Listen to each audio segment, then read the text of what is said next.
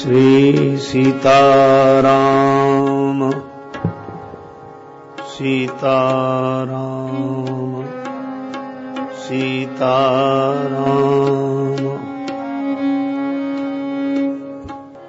वर्णानामर्थसंघानाम रसानां छन्दसामपि मंगलानां च कर्तारौ वन्दे वाणी विनायकौ।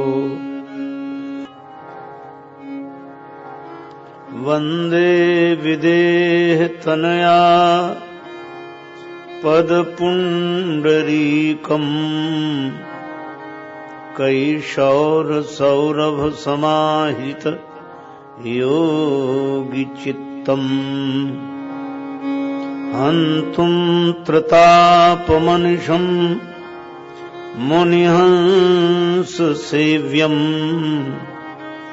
सन्मानसालिपरिपीत परागपुञ्जम्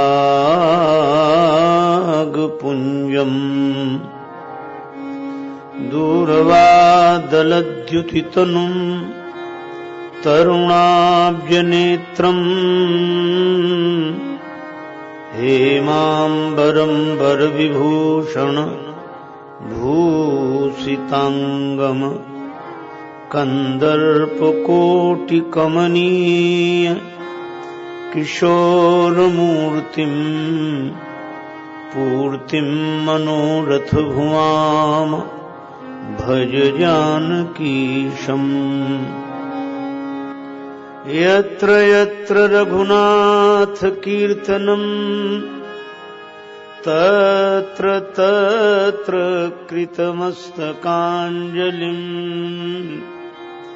बाष्पवारि परिपूर्णलोचनम् मारुतिं नमत राक्षसान्तकम्।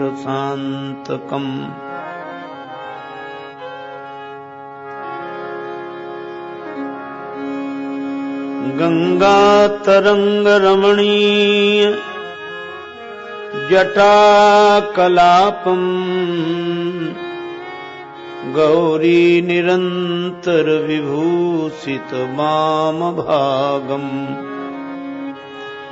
नारायण प्रियमनंग मदापहारम् वाराणसीपुरपतिम् भज विश्वनाथम्। सच्चिदानन्दरूपाय विश्वोत्पत्त्यादिहेतवे तापत्रय विनाशाय श्रीकृष्णाय वयं नुमः। श्री गुरुचरण सरोज रज निज मन मुकुर सुधारि वर्णौ रघुवर विमल यश जोदायक फलचारि। तुलसीदास जी के पद कमल बारंबार मनाय गुण गावों सिया राम के हनुमत हो साय। लेत सदा सुधि दीन की सहज दया के धाम जननी जनक राजेश के प्रभु श्री सीताराम।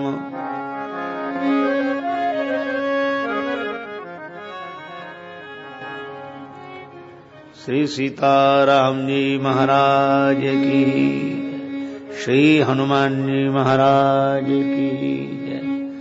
श्री गौरी शंकर भगवान की, श्री राधा कृष्ण भगवान की, श्री तुलसीदास जी महाराज की जय। श्री गुरुदेव भगवान की जय। सब संतन की जय, सब भक्तन की जय। जय जय श्री सीताराम, जय जय श्री राधे श्याम।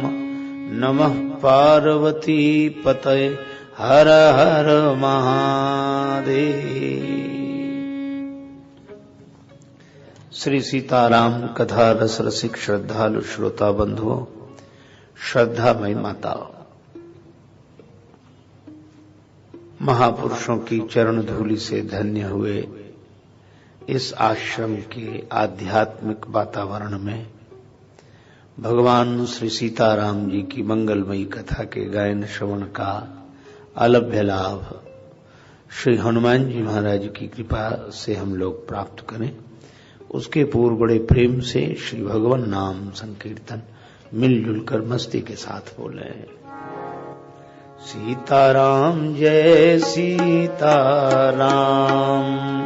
सीताराम जय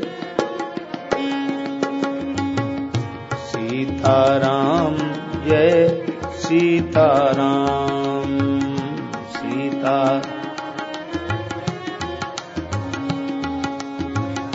सीताराम जय सीताराम, सीताराम, सीताराम जय सीताराम,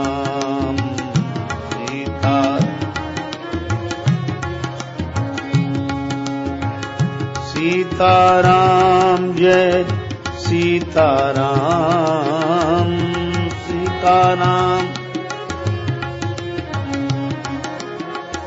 सीताराम जय सीताराम,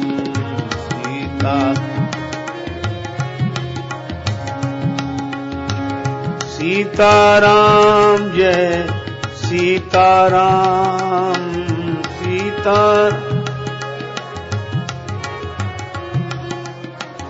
सीताराम जय सीताराम,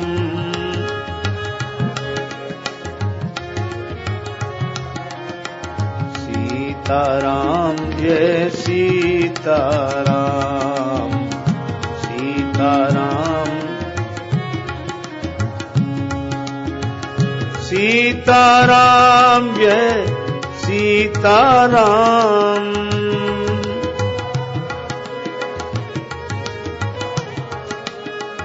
सीताराम जय सीताराम,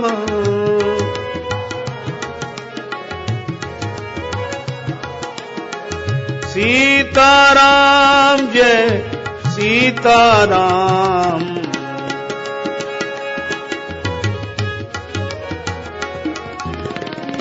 सीताराम जय सीताराम, सीताराम, मंगल भवन अमंगल हारी, मंगल उमा सहित जय जपत पुरारी, उमा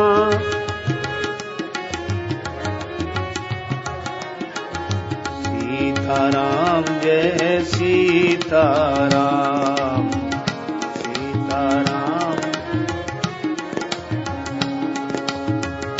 सीताराम जय सीताराम,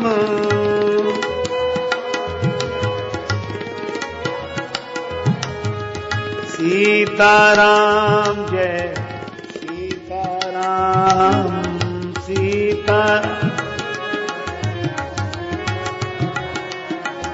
सीताराम जय सीताराम, सीताराम,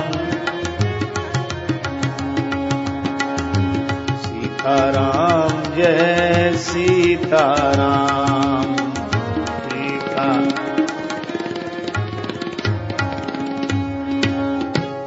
श्री सीताराम जी महाराज की, श्री हनुमान जी महाराज की जय। श्री तुलसीदास जी महाराज की जय। श्री गुरुदेव भगवान की जय।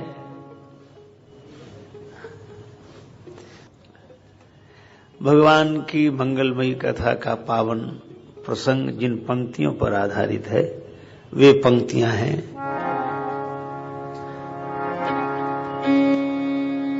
जब जब हो ये धर्म की हानि, जब जब हो ये धर्म के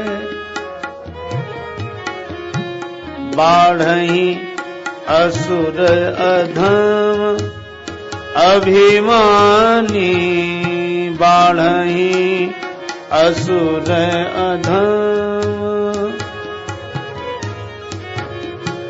करही अनीति जाई नहीं बरनी, सीधही विप्र धैनु सुर धरनी, तब तब धरि हरि विविध शरीरा, हरहि कृपा निधि सज्जन, सज्जन पीरा, सज्जन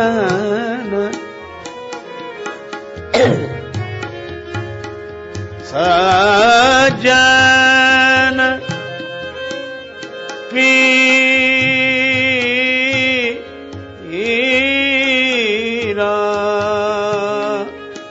पीरा, पीरा,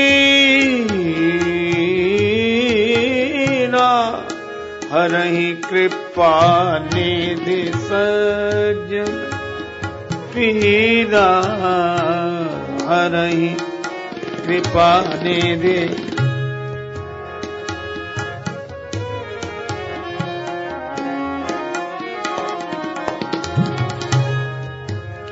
असुर मारी थापहि सुरन,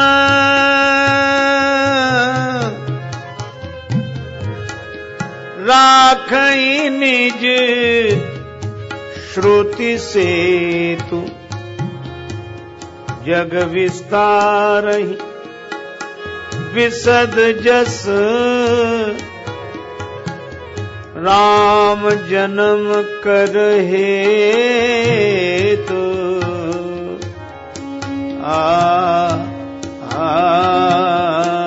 जब जब हो ये धर्म के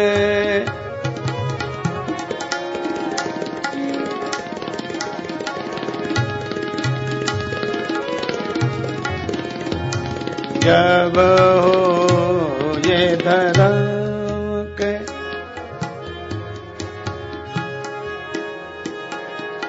हो ये धर्म, बाणई असुर अधम अभिमानी, जब जब हो ये धर्म के, जब जब हो ये धर्म धर्म धर्म के हानि, जब जब हो ये धर्म, हो ये धर्म, हो ये धर्म।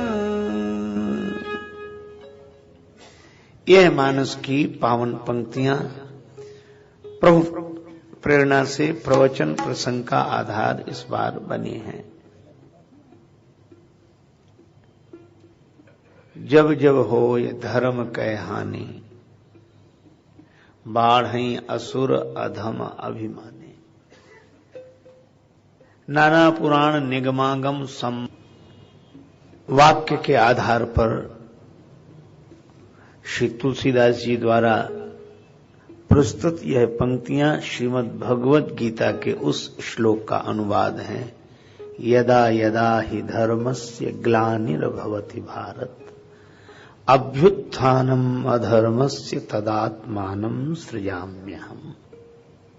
भगवान कहते हैं जब जब धर्म की हानि ही नहीं ग्लानि हो जाए,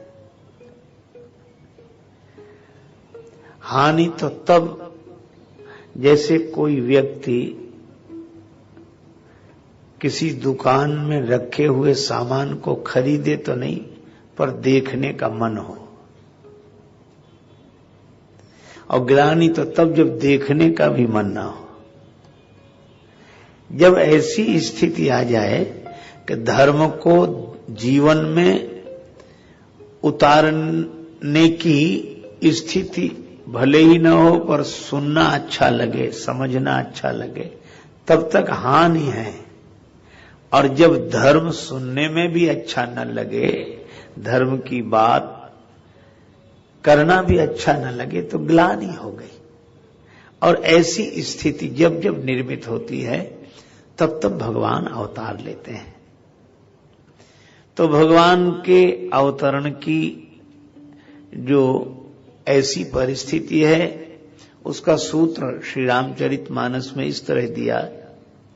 महाराज प्रताप भानु अकेले ही जंगल में भटक गए। सूर्यास्त हो गया था। अब रात्रि हो गई। बाराह गुफा में प्रवेश कर गया।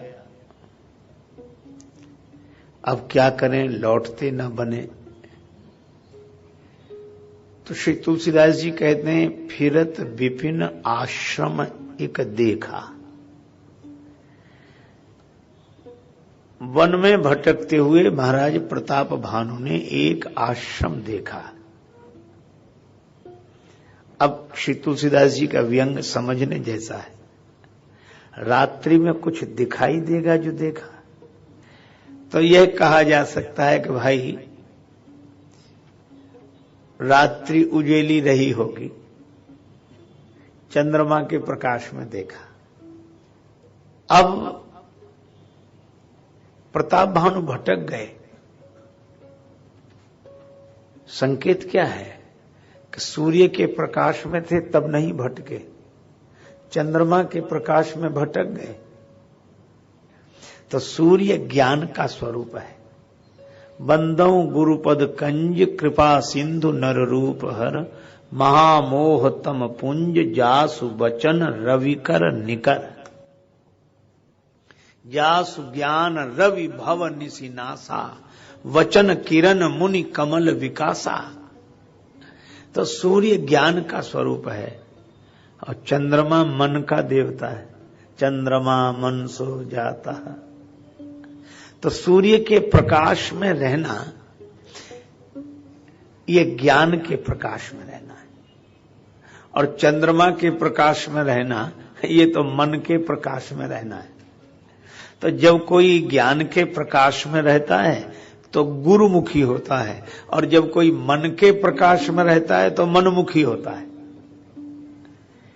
और कितना सुंदर संकेत है कि सूर्य के प्रकाश में प्रताप भानु नहीं भटके और चंद्र के प्रकाश में भटक गए।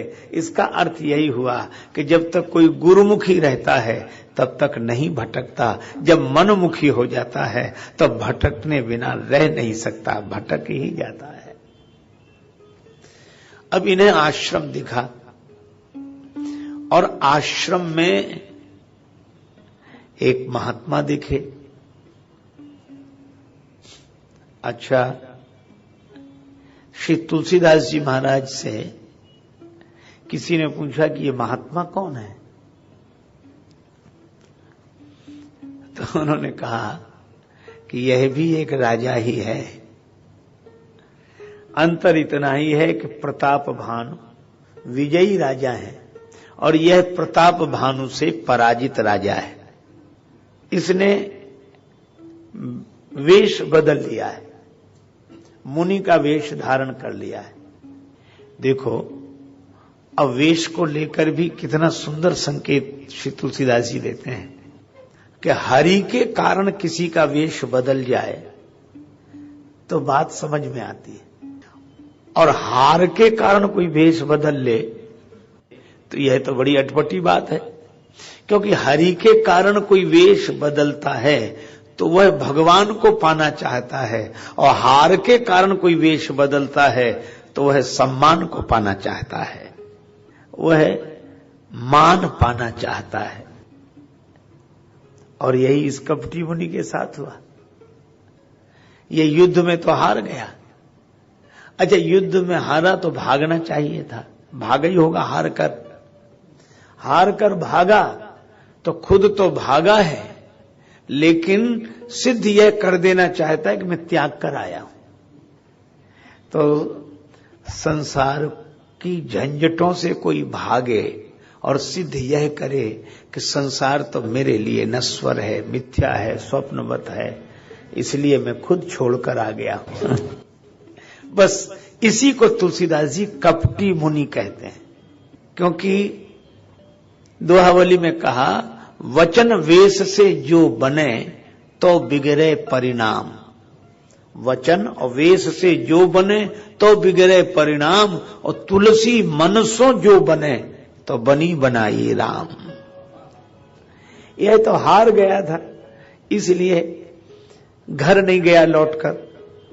गांव वाले कहेंगे हार गए, घर वाले कहेंगे हार गए, तो फिर साधु बनकर जंगल में आ गया कि यहां पहचानने वाले लोग ही कम आएंगे, और जो आएंगे भी तो वो देखेंगे वाह इतना बड़ा त्याग किया, सब छोड़कर जंगल में आ गया।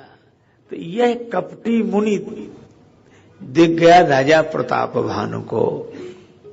अब राजा प्रताप भानु ने उतर तुरगते कीन प्रणामा। प्रताप भानु घोड़े से उतरे और प्रणाम किया मुनि के चरणों में। देख सुवेश, सुंदर वेश देखा, समझा महात्मा है। किसी ने कहा कि राजा प्रताप भानु जैसे भी भ्रम में पड़ गए, पहचान नहीं सके। श्री तुलसीदास जी ने कहा कि मयूर की सुंदरता देखकर, मयूर की सुंदरता देखकर किसे यह भरोसा आएगा कि इसका भोजन सांप है।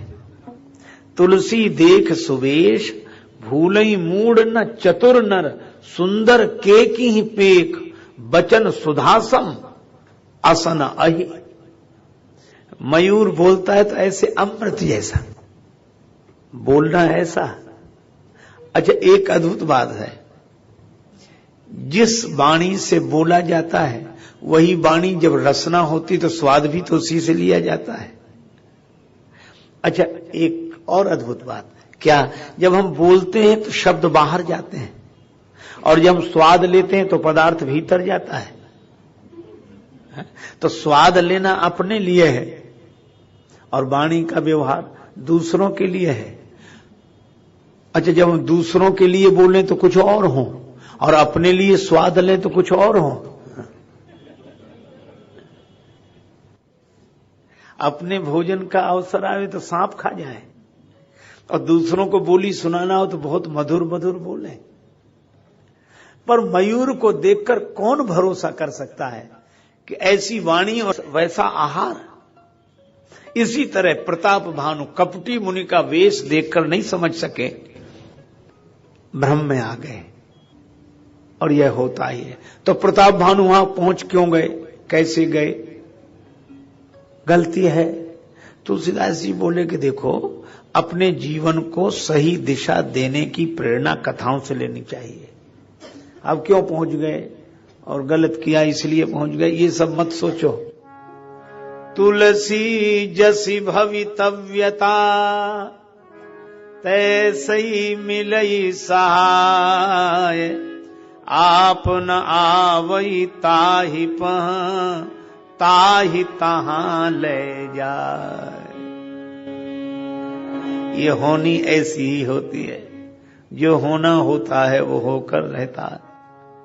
पल से पल में क्या हो जाए पता नहीं तकदीर का, गति ब्रह्मा की टरे न टारे, अजब खेल रघुवीर का। गति ब्रह्मा की टरे न टारे, अजब खेल रघुवीर का। पल से पल में क्या हो जाए पता नहीं तकदीर का, गति ब्रह्मा की टरे न टारे, अजब खेल रघुवीर का, अजब खेल रघुवीर। भक्त की भावना तो यही है कि ये सब भगवान का खेल है। भगवान शंकर कहते हैं, बोले बिहसि महेश तब ज्ञानी मूढ़ न कोय, जेहि जब रघुपति करई जस सो तस ते ही छन हो। यह भगवान की लीला है, परमात्मा का संकल्प है। इस संसार की गतिविधियों पर नहीं अधिकार किसी का है, जिसको हम परमात्मा कहते ये सब खेल उसी का है। जिसको हम परमात्मा कहते ये सब खेल उसी का है। इस संसार की गतिविधियों पर नहीं अधिकार किसी का है, जिसको हम परमात्मा कहते ये सब खेल उसी का है।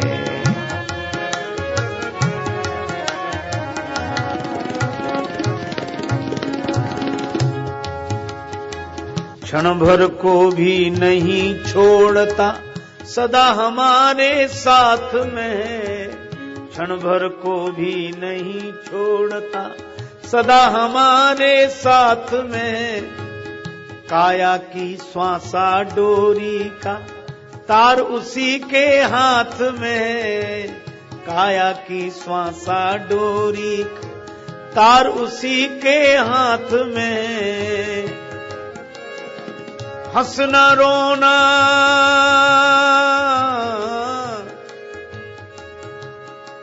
हंसना रोना जीना मरना सब उसकी मर्जी का है। जिसको हम परमात्मा कहते ये सब खेल उसी का है। जिसको हम परमात्मा कहते ये सब खेल उसी का है।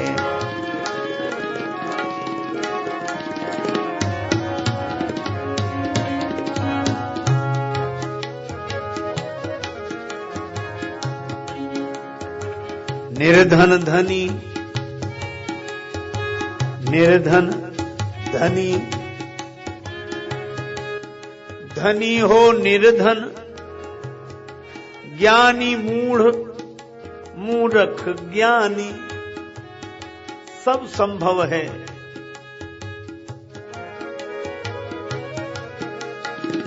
निर्धन धनी धनी हो निर्धन, ज्ञानी मूढ़ मूर्ख ज्ञानी, सब कुछ अदल बदल देने में कोई नहीं उसकी सानी। समझदार भी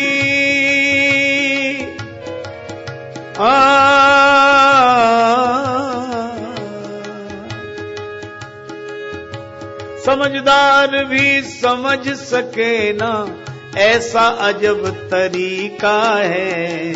जिसको हम परमात्मा कहते ये सब खेल उसी का है। जिसको हम परमात्मा कहते ये सब खेल उसी का है।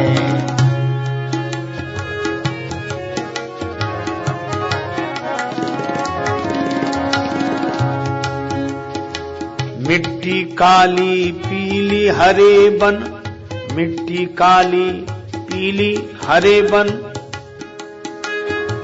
आसमान का रंग नीला, सूर्य सुनहरा चंद्रमा शीतल, सब कुछ उसकी ही लीला। सुनहरा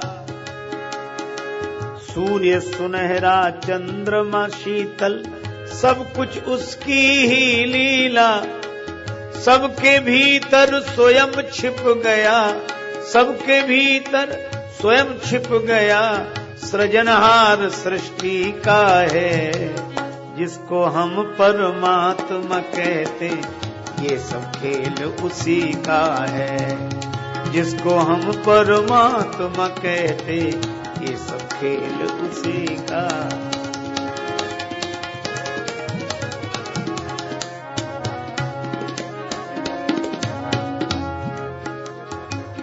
राजेश्वर आनंद अगर सुख चाहो तो मानो शिक्षा, तजे अभिमान मिला दो,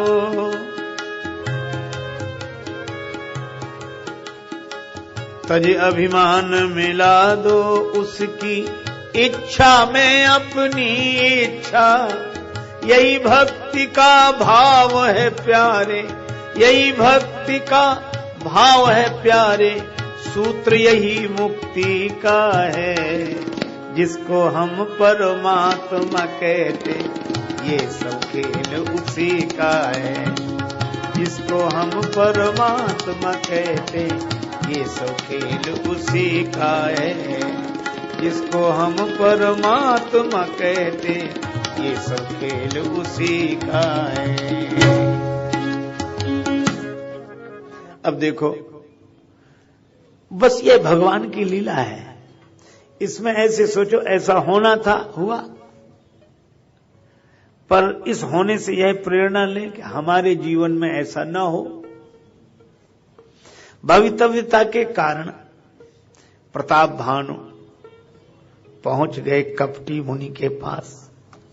देख सुवेश महामुनि जाना, कोई पहुंचे हुए महात्मा है।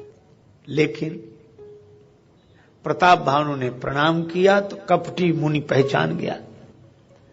तेहि न जान नृप नृपहि सुजाना। प्रताप भानु उसे नहीं पहचान पाए, उसने पहचान लिया कि यही प्रताप भानु है। पर वो कपट किए रहा जैसे जानता ही ना हो। अब उसने प्रताप भानु से पूछा, अरे भाई आप कौन हैं? अपना परिचय दें। आप में तो चक्रवर्ती राजा के लक्षण दिखाई दे रहे हैं। वह तो जानता ही था चक्रवर्ती के लक्षण तोड़े, और इस अंधेरे में यहां रात्रि के समय भटक कर आ गए। मुझे तुम पर बड़ी दया लग रही है। कौन हो? अब प्रताप भानु आज तक झूठ नहीं बोले, आज कपट किया। क्या बोले? महाराज, नाम प्रताप भानु अवनीशा, तासु सचिव में सुनो मुनीषा। एक महाराज प्रताप भानु राजा हैं, मैं उनका मंत्री हूं। यह है संग का प्रभाव। परमाणु कितना असर करते हैं कि कपटी मुनि ने सिखाया नहीं, उसके सानिध्य में जाकर ही प्रताप भानु कपट करने लगे। इसीलिए को न कुसंगति पाए नसाई, छाड़ी मन हरि विमुखन को संग। उनके कहने से नहीं, तिनके संग कुबुधि उपजता है। संग से ही परत भजन में भंग। निर्मल चित्त महापुरुषों का दर्शन करने से चित्त निर्मल होता है, और कपटी मुनि को देख लेने से जीवन में अनायास ही कपट प्रवेश कर जाता है। अब यह झूठ ही प्रताप भानु के लिए समस्या बन गया। एक झूठ बोला था, सिर्फ एक कदम उठा था गलत राहे शौक में। सिर्फ एक कदम उठा था गलत राहे शौक में, मंजिल तमाम उम्र मुझे ढूंढती रही। एक कदम। इसलिए भाई, कोई कहे कि हमने जहर बोतल भर के थोड़े पिया, एक बूंद पिया था, तो था तो जहर ही। इसलिए श्री तुलसीदास जी ने कहा कि इनको कभी छोटा नहीं समझना चाहिए। रिपु रुज पावक पाप प्रभु अहि गनीय न छोट करे। रिपु माने शत्रु को कभी छोटा न समझे, रुज रोग को छोटा न समझे। आग इतनी सी चिंगारी हो रही दिख रही, छोटा न समझे। और पाप को कभी छोटा न समझे। कई बार लोग कहते ये तो चलता है, थोड़ा बहुत तो चलता है। इसलिए भाई, एक झूठ बोला बस। कपटी मुनि कुछ नहीं बोला, वह तो कपट में बड़ा प्रवीण। अब ऐसा करो, रात्रि हो गई है, विश्राम करो, यहीं ठहर जाओ। ठहर गया। अब रात्रि का समय जैसे ही आया तो सत्संग के लिए बैठ गया और यह कहा कि महाराज, अब देखो सत्संग भी किस तरह हो रहा है। अब इसने महात्मा से न तो आत्मा के बारे में पूछा, न परमात्मा के बारे में पूछा। आपका नाम क्या है, आपका जन्म कहां हुआ।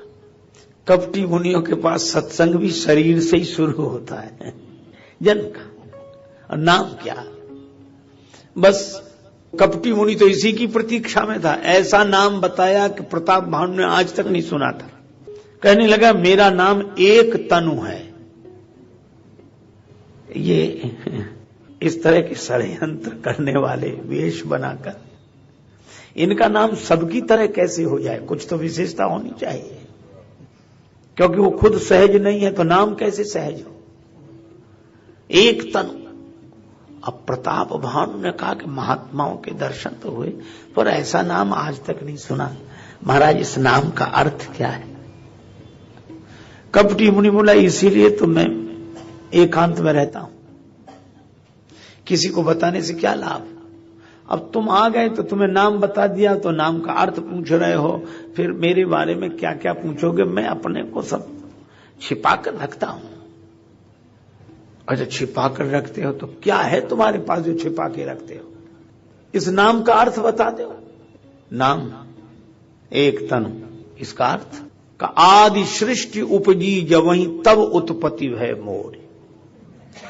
जब यह सृष्टि शुरू हुई थी तब हमारा जन्म हुआ था। कितने प्रलय चले गए, कितने बार सृष्टि हुई मिटी, पर मैं अब तक उसी शरीर में हूं, इसलिए मेरा नाम एक तनु है। कितनी लंबी उम्र बताई। देखो तपस्वी महापुरुष हमारे यहां कई ऐसे हुए हैं जो बहुत बड़ी उम्र तक जिन्होंने शरीर धारण किया। योगी लोग हमारी कल्पना से ऊपर उम्र तक जीवित रहते हैं और वे सब वंदनीय है। लेकिन कोई इसको ही महत्वपूर्ण मानकर इसी का स्वयं प्रचार करे। मुझे एक विनोद की बात याद आई। एक संत वो हमेशा मुस्कुराते रहते थे, बड़ी मस्ती में रहते थे। तो किसी ने उनसे कहा कि महाराज वो जो महात्मा है उनकी उम्र 400 साल है। पूछा उनकी उम्र 400 वर्ष है। तो ये महात्मा भी कम विरोधी थे, हंसकर बोले हो सकती है। क्यों? बोले 600 साल से तो हम ही उनको ऐसे ही देख रहे हैं, 600 वर्ष से है। लेकिन कुछ लोगों का इसमें बहुत रस होता है, तो उसका फायदा उठाते हुए कपटी मुनि ने कहा कि जब से सृष्टि हुई है तब से मैं आज तक उसी शरीर में हूं, शरीर मैंने छोड़ा नहीं। अच्छा ऐसे कहने वाले मिल जाएं तो कोई आश्चर्य नहीं। आश्चर्य तो तब होता है जब प्रताप भानु जैसे विवेकी पुरुष ने ये बात मान ली। कहने वालों का आश्चर्य नहीं है, आश्चर्य तो उन मानने वालों पर है जो सत्संगी होते हुए भी ऐसी बातें मान लेते हैं। जबकि नियम यह है सुख पाता रहा जो सदा जग में, उसे आखिर में दुख पाना पड़ा। पछताया नहीं जो कभी भी कहीं, उसे अंत समय पछताना पड़ा। कोई फूल न बाग में ऐसा खिला खिलके न जिसे मुरझाना पड़ा। विधि का यह अटल विधान रहा, जिसे आना पड़ा उसे जाना पड़ा। नियम है। फरा सो झरा जो बरा सो बुताना। भगवान श्री कृष्ण गीता में यही कहते हैं, जिसका जन्म उसकी मृत्यु ध्रुव सत्य है। पर यह कहता है कि हम पैदा तो हुए मरे नहीं। पर प्रताप भानु ने मान लिया।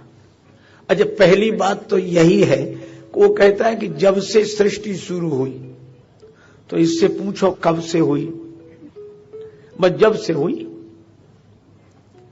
अच्छा अब इसमें भी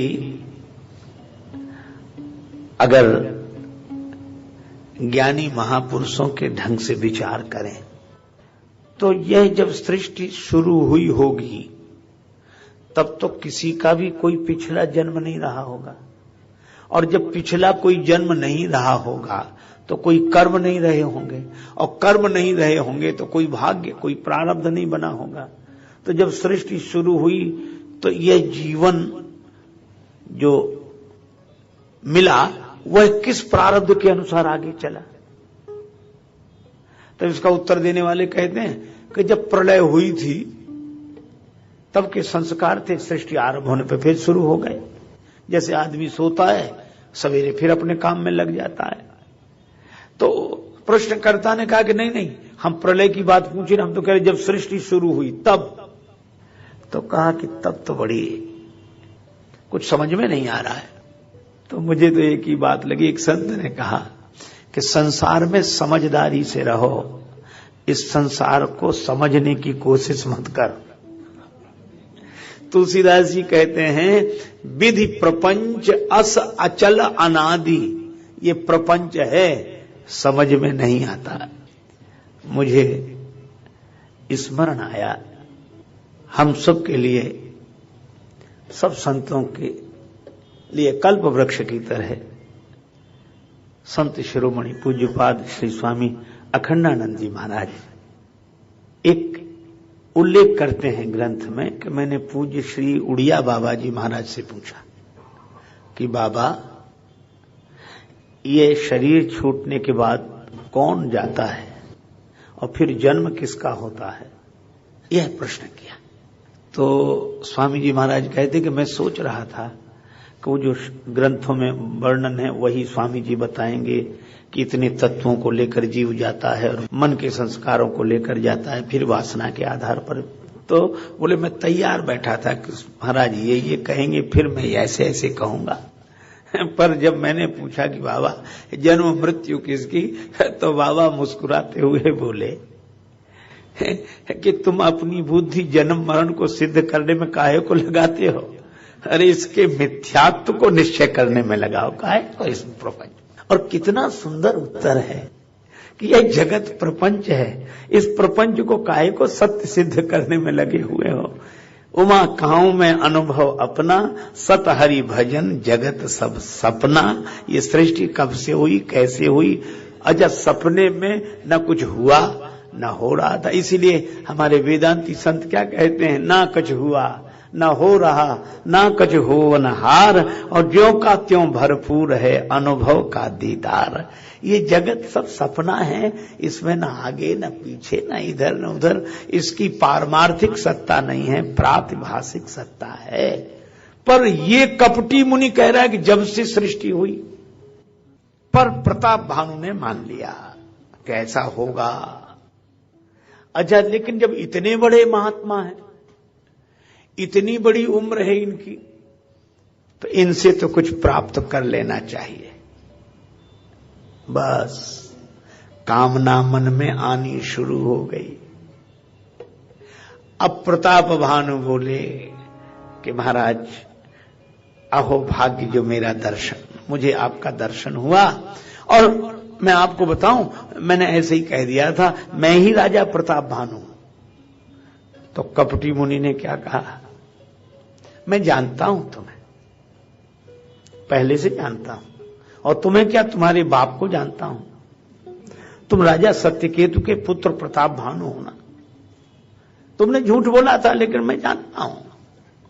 तो कैसे जानते हो, तपस्या के बल पर, सिद्धियों के बल पर। अब सिद्धि के बल पर जानता हूं तो पहले ही जानता था। और प्रताप भानु ने इसे चमत्कार मान लिया।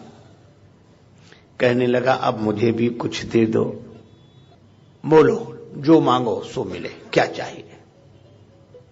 अब मांग देखो कैसी अजीब है, कामनाएं कैसे शुरू हुई, अब तक दबी नहीं।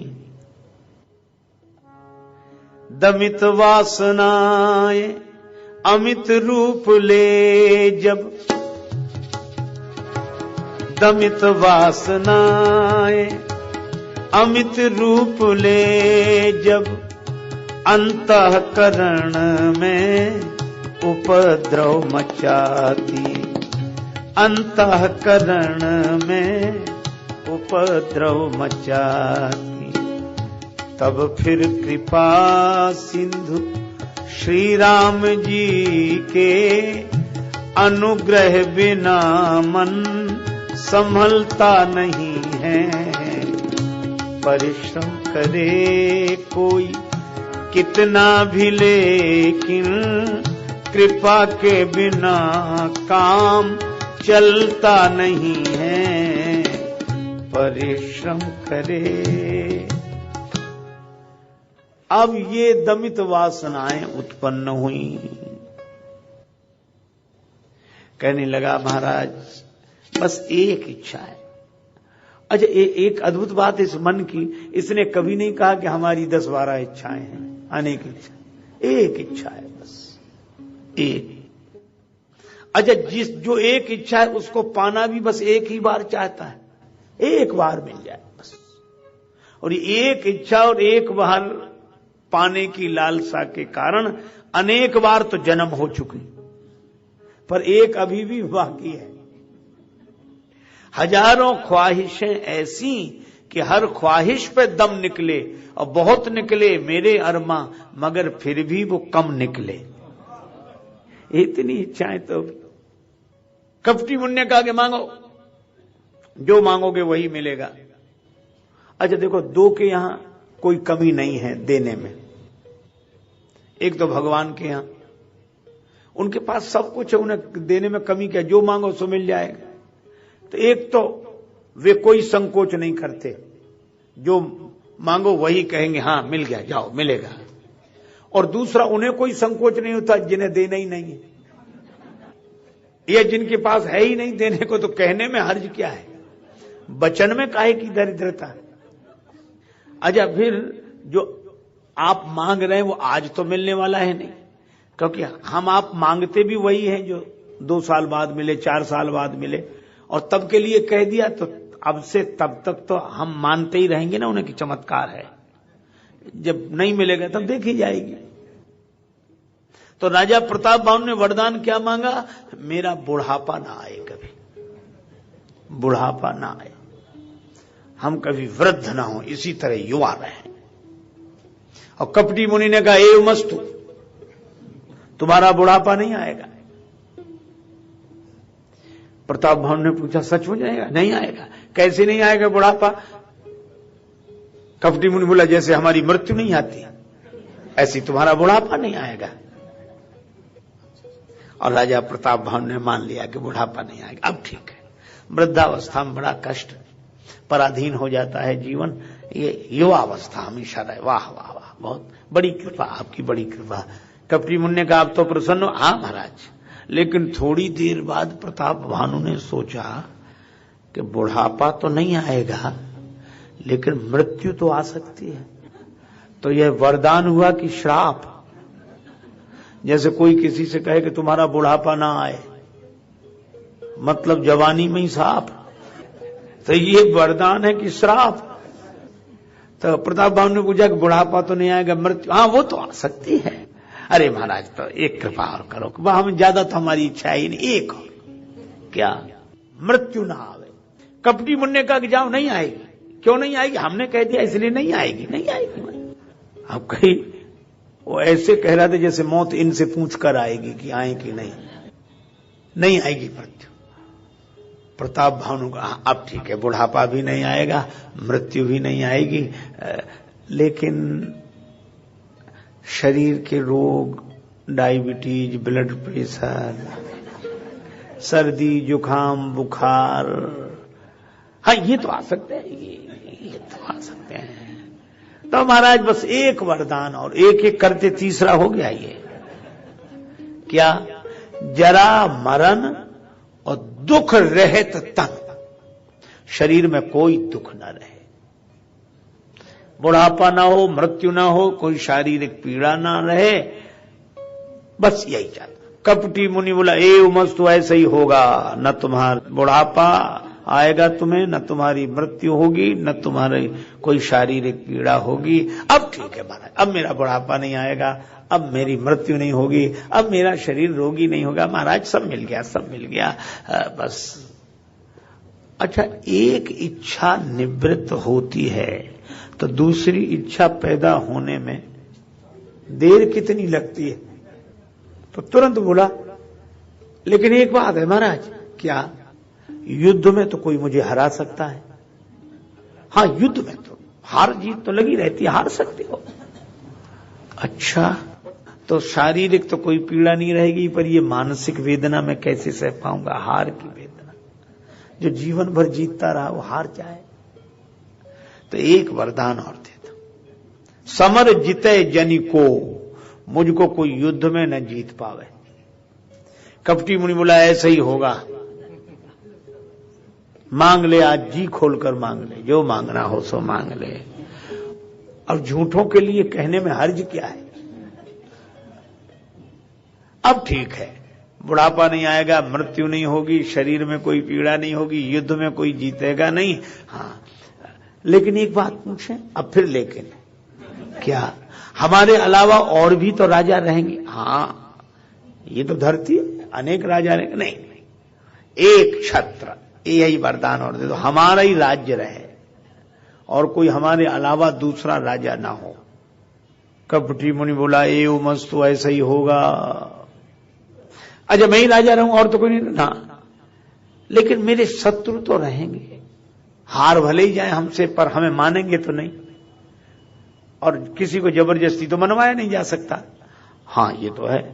तो एक वरदान और, एक छत्र रिपुहीन मही, शत्रुओं से रहित हो पृथ्वी। अच्छा ठीक है, यह भी होगा। तो अब तो चुप हो जाना चाहिए, सब मिल गया। बुढ़ापा नहीं आएगा, मृत्यु नहीं होगी, कोई शारीरिक पीड़ा नहीं रहेगी, युद्ध में कोई जीत नहीं पाएगा, इन्हीं का राज्य रहेगा, कोई शत्रु नहीं रहेगा पृथ्वी पर। लेकिन तो भी एक इच्छा रह ही गई। कौन सी? महाराज ऐसा राज्य हमारा कितने दिन होगा? बोला अब ये कोई ठिकाना, जितने दिन चल जाए। बोला ऐसा नहीं, एक वरदान और, राज कल्प सत हो, 100 कल्पों तक मेरा राज्य रहे। कितनी इच्छाएं हैं।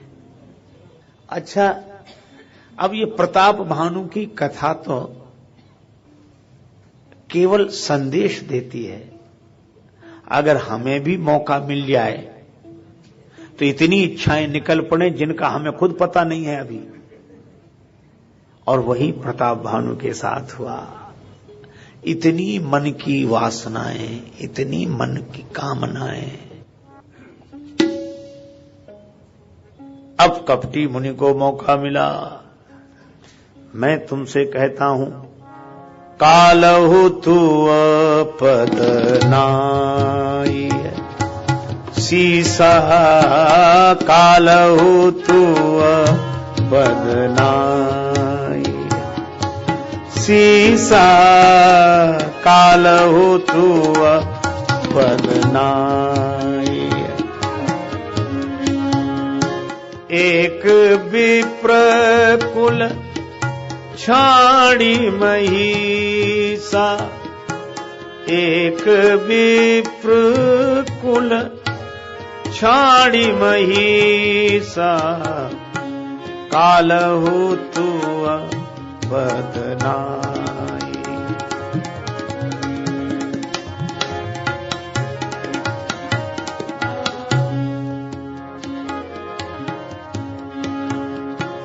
कालहु तू पद नाई, कालहु तू पद नाई, कालहु तू पद नाई, कालहु तू नाई सीसा, कालहु तू पद नाई, तू पद नाई, तू पद नाई। कपटी मुनि कहता है कि काल भी तुम्हारे चरणों में सिर झुकाएगा।